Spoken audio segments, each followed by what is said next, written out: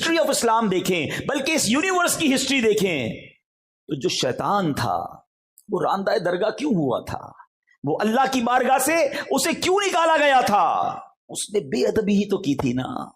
حضرت آدم علیہ السلام کی بارگاہ میں اسے سجدہ کرنے کا حکم دیا گیا، مگر اس مردود نے تکبر کیا، پراؤڈ کیا، اور کیا کہتا ہے؟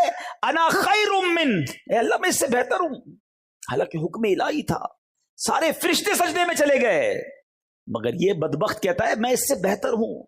خلقتنی من نار وخلقتہ من طین، اے اللہ تو نے مجھے آگ سے بنایا ہے، اس کو مٹی سے بنایا ہے، حضرت آدم کو، میں کیسے اس کو سجدہ کروں؟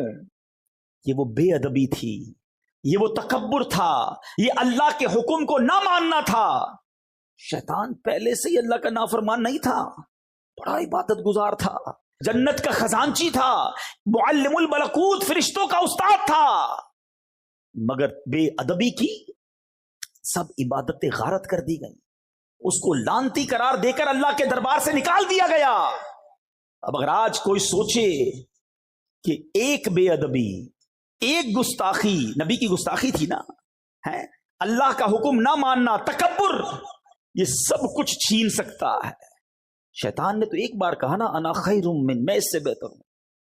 اور آج جو لوگ روز یہ کہہ رہے ہیں، اچھا زبان سے نہیں کہہ رہے مگر ایٹیٹیوڈ سے کہہ رہے ہیں، انداز سے کہہ رہے ہیں. آپ نے وہ حدیث تو سنی ہوگی نا، بچپن سے ہم وہ حدیث سن رہے ہیں، کتنی مشہور حدیث ہے کہ جس کے دل میں رائی کے دانے کے برابر تکبر ہوگا وہ جنت میں نہیں جائے گا. What is the meaning? رائی کا دانا، اتنا سا اتنا بھی تکبر ہوگا وہ جنت میں نہیں جائے گا. جس کا دل ہی پورا تکبر سے بھرا ہوا ہے اس کا کیا بنے گا؟ سوچئے. ہم کہتے نہیں ہیں مگر ہمارا انداز یہی ہے کہ میں بہتر ہوں، یہ تو غریب ہے، میں امیر ہوں، میں اتنا مشہور ہوں، اس کو کون جانتا ہے، میں اتنا اچھا بیان کرتا ہوں، اس کو تو کچھ آتا ہی نہیں کرنا. عبادت سے تکبر لوگ کر رہے ہوتے، میں 5 وقت کا نمازی، یہ تو ایک بھی نماز نہیں پڑھتا، میں تہجد گزار، یہ تو کچھ بھی نہیں کرتا، حج کر کے تکبر کر رہے ہوتے، میں حاجی، یہ تو حج ہی نہیں کرتا. یاد رکھیے انا خیر من کی بہت ساری ایگزامپلز بن سکتی. میں اس سے بہتر ہوں، میں خوبصورت، یہ بدصورت، میں بڑے خاندان والا، یہ چھوٹے خاندان والا، میرے پاس اتنے نوکر چاکر، یہ خود میرا نوکر. یہ وہ چیزیں ہیں جب دل میں آ جاتی ہیں تو پھر ساری عبادتیں، ساری ریاضتیں برباد ہو جاتی ہیں. خدارا شیطان کے ان واروں کو سمجھو، یہ وہ بے ادبیاں ہیں، یہ وہ گستاخیاں ہیں، یہ وہ غلطیاں ہیں جو آج ہمارے معاشرے میں بڑھتی چلی جا رہی ہیں. اور انفارچونیٹلی، بدقسمتی سے کوئی اس کے بارے میں نہ پڑھنے کے لیے تیار ہے، نہ سیکھنے کے لیے تیار ہے. یہ سب سے خطرناک شیطان کے واروں میں سے ایک وار ہے جو تکبر دل میں پیدا کر دیتا ہے. شیطان کے وار پتہ ہے کیسے کیسے ہیں؟ جب یہ انسیڈنٹ ہوا نا، شیطان کو راندہ درگاہ کر دیا گیا، نکال دیا گیا، پھر شیطان کی اور اللہ تبارک و تعالیٰ کی بارگاہ میں گویا ایک مکالمہ ہوا. سنیے غور سے. اللہ تعالیٰ نے شیطان کو جب اپنی بارگاہ سے نکالا تو شیطان نے اللہ سے درخواست کی کہ یا الہی تو نے مجھے مردود کر ہی ڈالا ہے، تو اب مجھے اولاد آدم پر کنٹرول دے دے، قدرت دے دے، تاکہ میں انہیں گمراہ کر سکوں. اللہ نے فرمایا تجھے کنٹرول دیا گیا، تجھے قابو دیا گیا. کہنے لگا اے اللہ کچھ اور زیادہ دے. فرمایا تو ان کے مالوں میں شرکت کر سکے گا، یعنی ان کے پیسے بھی غلط کاموں میں استعمال کروا سکے گا. کہنے لگا یا اللہ اور دے، اور پاور چاہیے. فرمایا جا تو ان کے سینے تیرے رہنے کے گھر ہوں گے، تو ان کے دلوں میں رہ سکے گا. اب جب یہ ساری باتیں ہو گئیں تو حضرت آدم علیہ السلام نے اللہ سے عرض کی مولا تو نے شیطان کو تو ہم پر پورا تسلط دے دیا، غلبہ دے دیا، اب اے اللہ ہم اس کے مکر و فریب سے میں اور میری اولاد کیسے بچیں گے؟ تو اللہ تبارک و تعالیٰ نے فرمایا آدم تیرے ہاں جو بچہ پیدا ہوگا اس پر میں ایک زبردست فرشتہ معین کر دوں گا جو اسے شیطانی وساوس سے بچائے گا. عرض کی الہی اور زیادہ کر، سیکیورٹی کا انتظام اور زیادہ کر دے.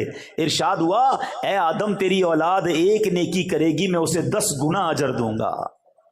عرض کی مولا کچھ اور زیادہ کر دے.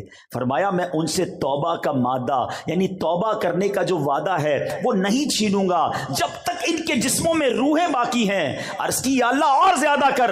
فرمایا میں ان کے سروں پر مغفرت کا تاج رکھوں گا اور کسی کی پرواہ نہیں کروں گا. حضرت آدم فرماتے یا اللہ اب یہ میرے لیے کافی ہے. تو یہ نیکی اور بدی کی جو جنگ ہے نا، یہ فرام دا ڈے ون سے سٹارٹ ہے. شیطان کا کام ہمیں بہکانا ہے, شیطان کا کام ہمیں بھٹکانا ہے, جہنم کی طرف لے جانا ہے.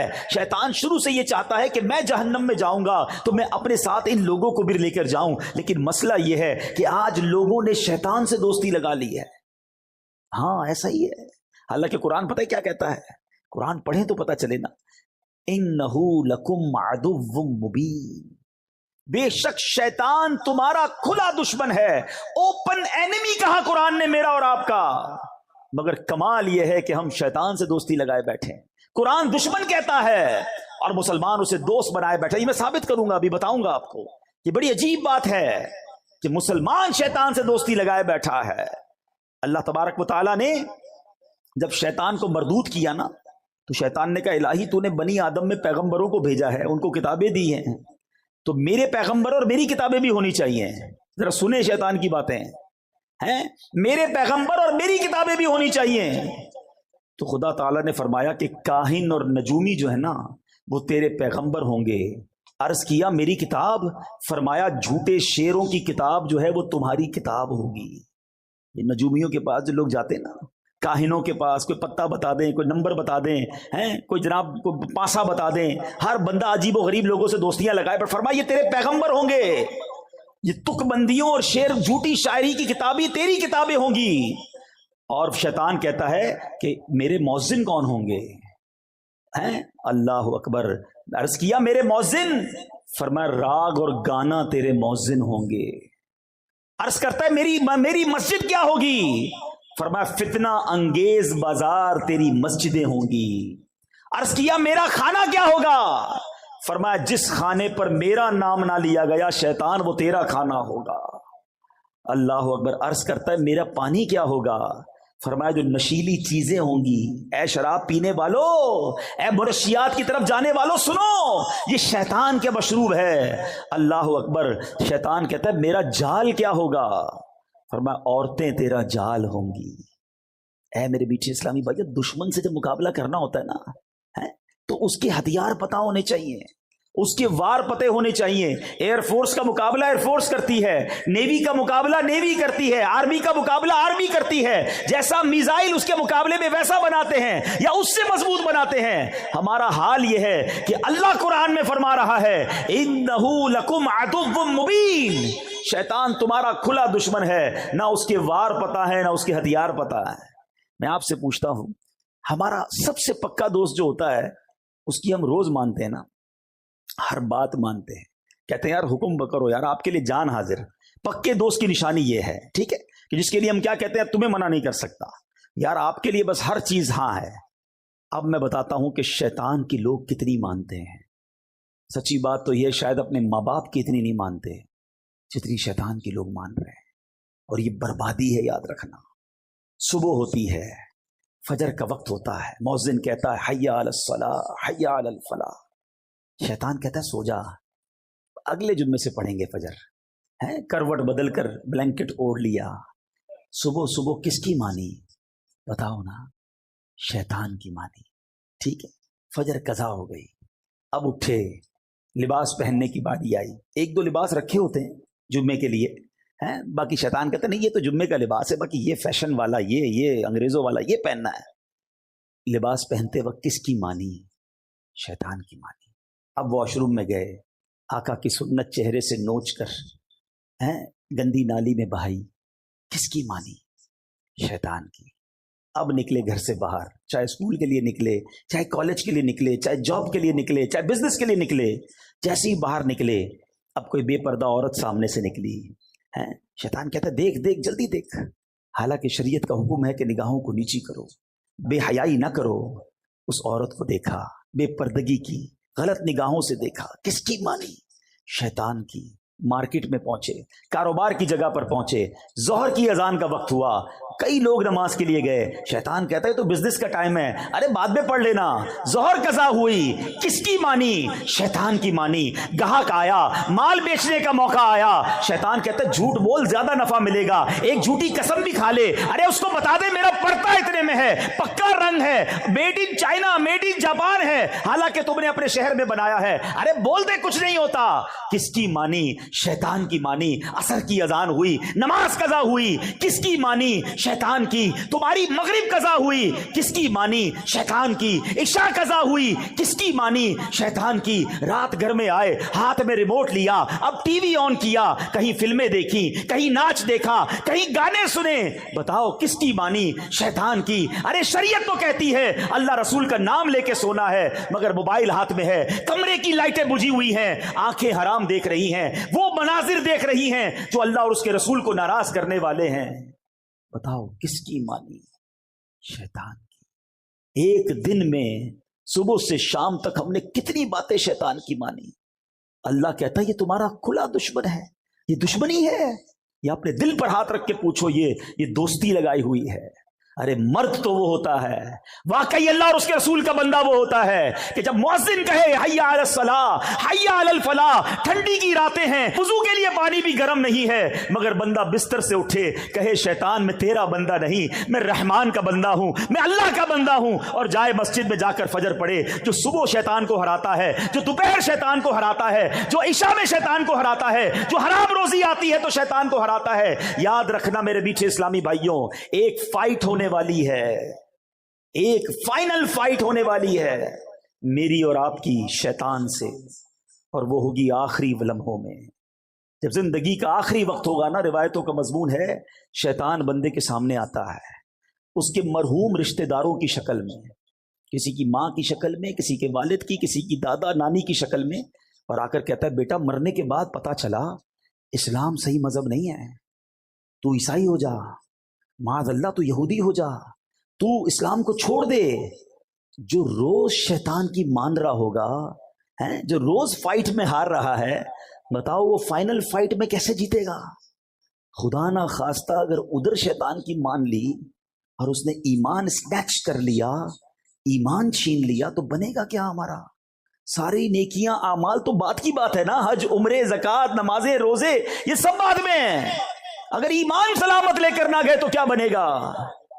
اور قربان اس شخص کی ہمت پر جو صبح و شام شیطان سے مقابلہ کر رہا ہے، جو روز نمازیں پڑھ رہا ہے، روز سنت پر عمل کر رہا ہے، شیطان بڑے وسوسے دلاتا ہے، وہ نہیں مانتا اس کی، انشاءاللہ وہ آخری وقت بھی شیطان کو کہے گا کہ میں تیری نہیں مانوں گا، اور لا الہ الا اللہ محمد الرسول اللہ کہہ کر دنیا سے چلا جائے گا۔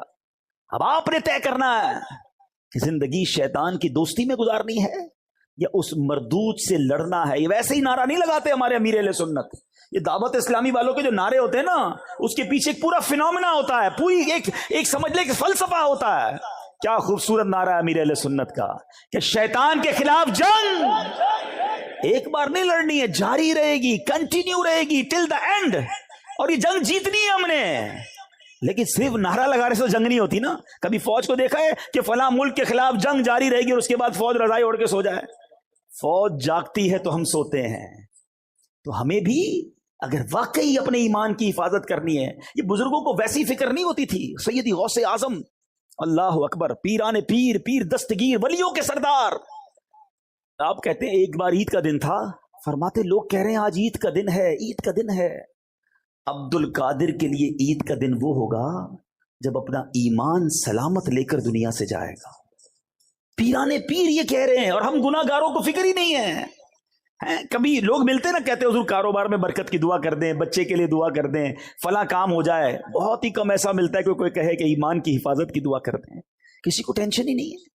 سوچئے یہ سب سے قیمتی چیزیں میرے اور آپ کے پاس، اور میں آپ کو صحیح بتاؤں، نبی پاک علیہ الصلوۃ والسلام کی دعائیں پڑھیں نا، ان میں بڑی مشہور دعا ہے، یا مقلب القلوب ثبت قلبی علی دینک، اے دلوں کو پھیرنے والے مجھے اپنے دین پر ثابت قدمی عطا فرما۔ اللہ کے نبی دعا کر رہے ہیں، یہ ہماری تعلیم کے لیے نا۔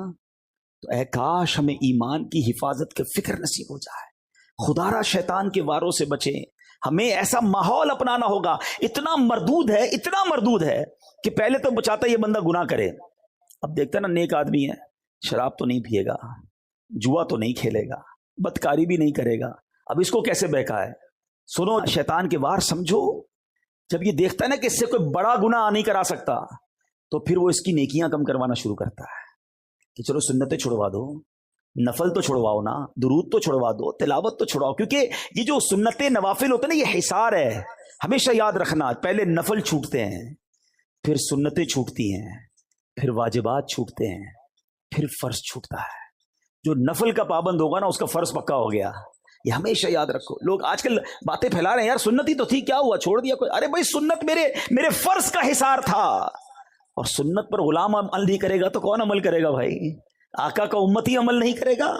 آقا فرماتے فمن رغب عن سنتی فلیس منی, جو میری سنت پر عمل نہ کرے وہ ہم میں سے نہیں. اور ادھر لوگ مذاق اڑا رہے ہیں کہ سنت یہ چھوڑ دو. نہیں جناب, سنت کیسے چھوڑ دوں؟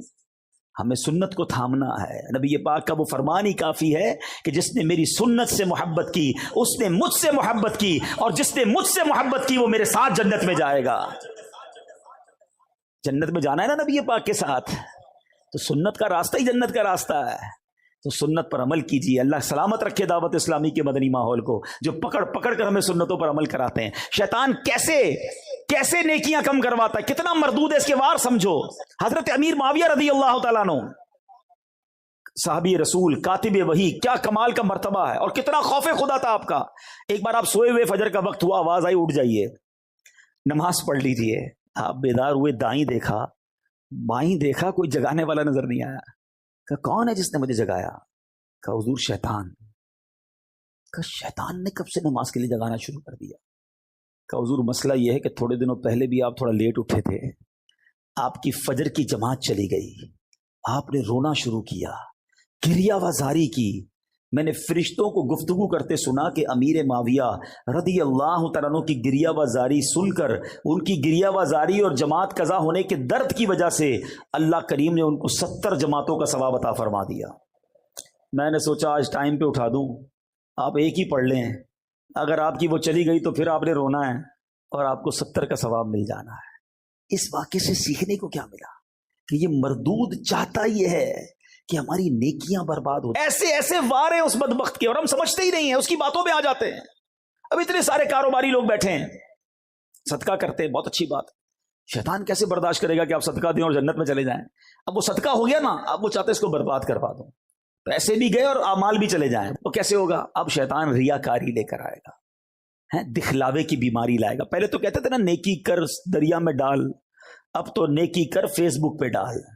ہاں, ادھر پہلے تو بچپن میں وہ دیکھتے تھے سلائی مشین, کچھ لوگ مل کے کسی غریب کو دے رہے ہوتے تھے, اخبار میں تصویر کسی کی چھپتی تھی. اب تو ہر بندے کے پاس اپنا اخبار ہے, اب تو جو کرنا ہے اس نے ڈال دینا ہے. پچھلے دنوں کرونا وائرس کے زمانے میں بڑا مذاق بنا تھا کہ 5-5 6-6 لوگ ایک تھیلا اناج کا لے کر کسی غریب کو دے رہے ہوتے تھے اور اس کی سیلفی بنا کر اس کی غربت کا جنازہ نکالتے تھے. قرآن کیا کہتا ہے؟ یا ایھا الذین آمنوا لا تبطلوا صدقاتکم بالمن والاذی, اے ایمان والو اپنے صدقے ضائع نہ کرو, باطل نہ کرو, احسان جتا کر اور تکلیف پہنچا کر. اب صدقہ بھی دے رہے ہیں اور احسان بھی جتا رہے ہیں. یاد ہے نا, میں نے قرضہ دیا تھا, بھول تو نہیں گیا؟ ہاں, نوکری کرتا تھا, میری وجہ سے کاروبار پہ چڑھا ہے. تیری بہن کی شادی میں نے کرائی تھی, موٹر سائیکل تجھے دلائی کس نے, یاد ہے کہ نہیں؟ استغفر اللہ. اس لیے پیسے دیے تھے کہ اب جتانا ہے, اب بتانا ہے. یہ برباد ہو گیا آپ کا صدقہ. اللہ سے اجر مانگو نا. اور یہ احسان جتانے والا سوچے, خدا کی قسم سوچے, اس میں میرا اور آپ کا کیا کمال ہے کہ اگر ہم اللہ کی راہ میں خرچ کر رہے ہیں